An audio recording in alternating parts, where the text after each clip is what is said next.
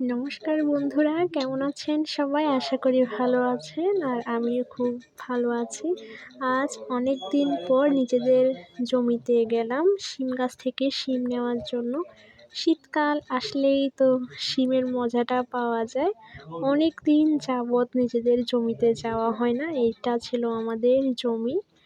তাই অনেক দিন পর একটু সময় সুযোগ হলো আর কি জমিতে যাওয়ার। তাই শিম গাছ থেকে নিজ হাতে শিম তুলতে গেলাম। এখানে আমি ইতিমধ্যে অনেকগুলা শিম তুলেও নিয়েছি।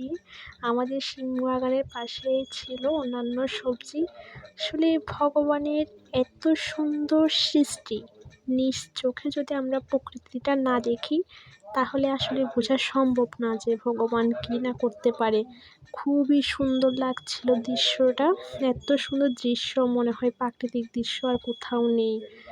আর ওখানে জমির মধ্যে খুবই রোদ ছিল, রোদের কারণে আসলে ভিডিও করা হচ্ছে না। তাই আজ এ পর্যন্তই। সবাই সুস্থ থাকবে।